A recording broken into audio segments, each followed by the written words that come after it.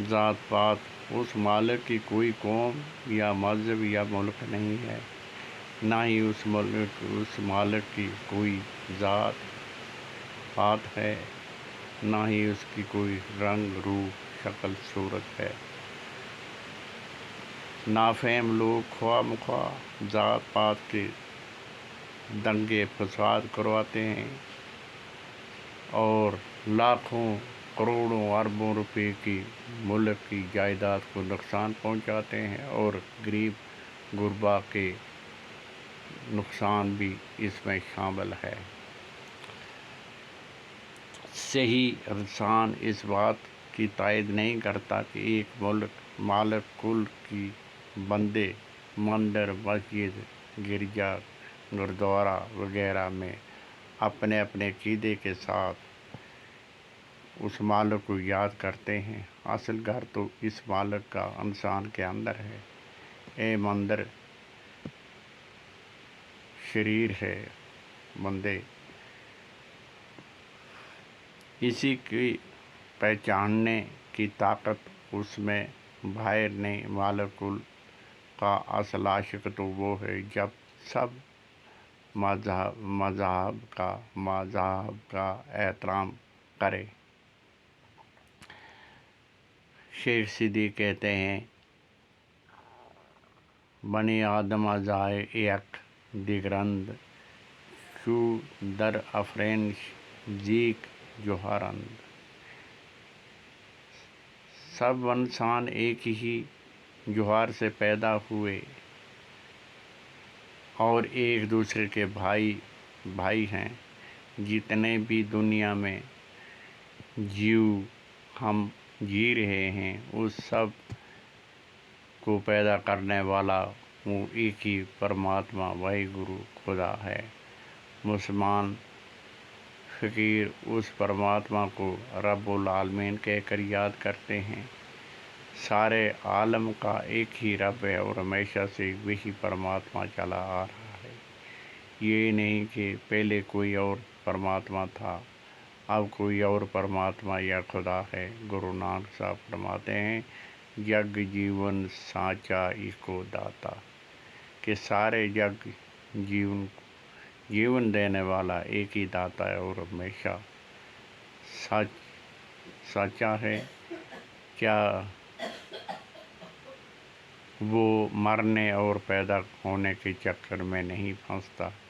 جپجی صاحب کے شروع میں ہی گرو صاحب بڑی اچھی طرح بیان کرتے ہیں، ایکو ست نام کرتا پورکھ، اور آج سچ یگاد سچ ہے بھی سچ، نانک ہوسی بھی سچ۔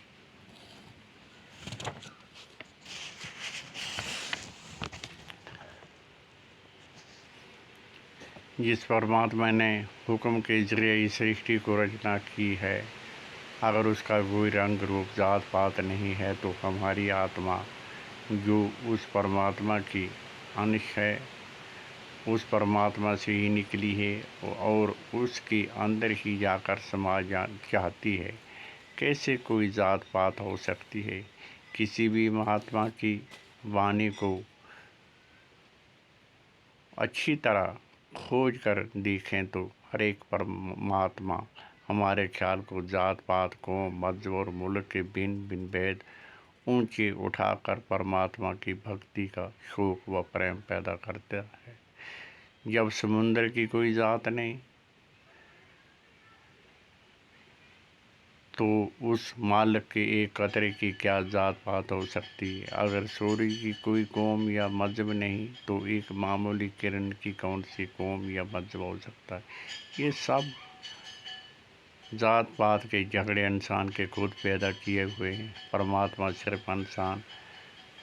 نے صرف انسان پیدا کیے ہیں، ہم اپنے آپ کو ذات پات، قوم، مذہب، ملکوں کے چھوٹے چھوٹے دائروں میں تقسیم ہو کر رہ گئے ہیں، ایک دوسرے کے بن بھید میں پھنسے ہوئے ہیں۔ گرو نانک صاحب سمجھاتے ہیں، جتھے لیکھا منگیے تتھے دے جات نہ جائے، یعنی کہ جس جگہ ہمارے کرموں کا حساب کتاب ہوگا، اس جگہ نہ تو کسی نے ہماری ذات پات کی بابت پوچھ تاش کرنی ہے اور نہ ہی ہمارا شریر وہاں پہنچ سکتا ہے۔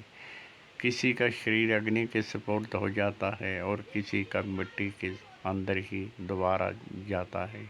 ان ذات پات یا قوموں اور مذہبوں کا تعلق اس شریر کے ساتھ ہی رہ جاتا ہے۔ کسی کی ذات پات آخر میں جل جاتی ہے، کسی کی مٹی کے اندر ہی دبی رہ جاتی ہے۔ اسی طرح کبیر صاحب اپنی بانی میں اپدیش کرتے ہیں، جات پات پوچھے نہ کوئی، جات پات پوچھے نہ کوئی، ہر کو بھجے سو ہر کو ہوئی۔ یعنی کہ ذات پات کسی نے نہیں تمہاری پوچھنی، جو پرماتما کی بھکتی کرتا ہے وہ پرماتما کا روپ ہو جاتا ہے۔ جس جگہ ہمارے کرموں کا حساب کتاب ہوگا وہیں کسی نے یہ سوال نہیں پوچھنا کہ تم ہندو ہو، عیسائی ہو، مسلم ہو یا سکھ ہو، ہندوستان سے آئے ہو یا امریکہ یا افریقہ سے آئے ہو۔ اس جگہ تو ہماری بھکتی بھاؤ، عشق پریم بھاؤ کی ہی قدر ہونی ہے۔ اس طرح سائیں بلے شاہ جو ذات کے شہید تھے اور مسلمانوں میں ایک لادھڑک مہاتما ہوئے، اپنے کلام میں تحریر فرماتے ہیں، عملاں اتے ہون نبیڑے کھڑی رین کی جاتا۔ جو اپنے عملوں اور کرموں پر دھیان دیتے ہیں وہی پرماتما کو منظور ہیں۔ جو ذات پات کے غرور میں پھنسے ہوئے ان کی اس درگاہ میں کوئی قدر نہیں ہے۔ تلسی صاحب بھی اپنی بانی میں یہی سمجھاتے ہیں، نیچ نیچ سب ترگے سنت چرن لو لین، جاتی کے ابھیمان سے ڈوبے بہت کلین۔ جو اپنے آپ کو نیچا سمجھتا ہے، جس کے اندر نمرتا اور عاجزی ہے، سنتوں کے چرنوں سے پیار رکھتا ہے، ان کے اپدیش پر چلتا ہے، وہ اس بھوگا ساگر سے پار ہو جاتا ہے۔ جن کو ذات پات کا ابھیمان ہے وہ اس بھو ساگر میں گوتے کھاتے ہیں اور قوموں کی قومیں، مذہبوں کے مذہبی ذات پات کے ابھیمان میں ڈوبے جا رہے ہیں۔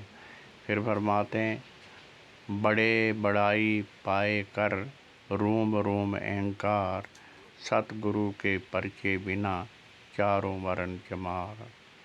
یعنی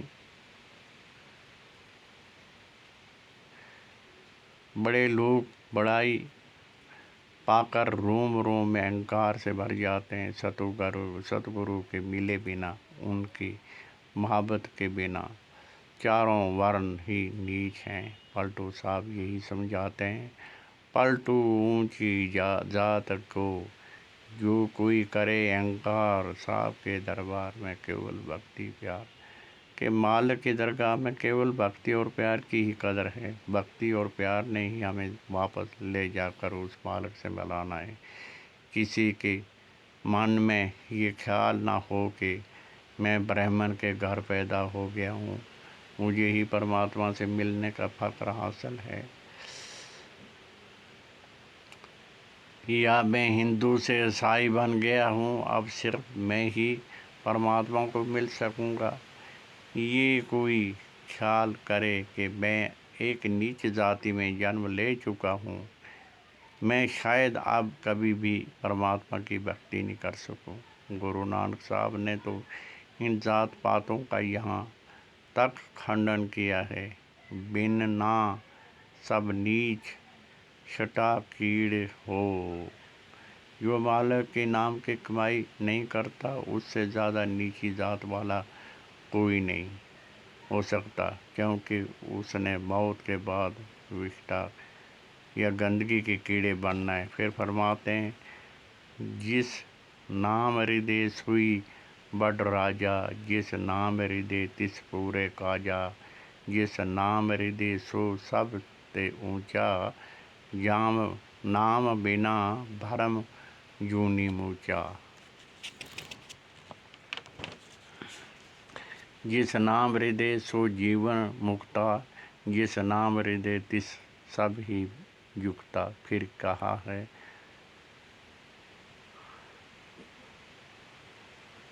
شبد وسے سوئی جو اونچا، سچے آپ سماونیا۔ جو انسان کا شریر حاصل کر کے اس مالک کی شبد یا نام کو اپنے من میں بسا لیتا ہے، اٹھتے بیٹھتے اس شبد کی کمائی میں لگ جاتا ہے، وہی شخص سب سے اونچا، کیونکہ اس نے موت کے بعد جا کر سچے پرماتما کے اندر سما جانا۔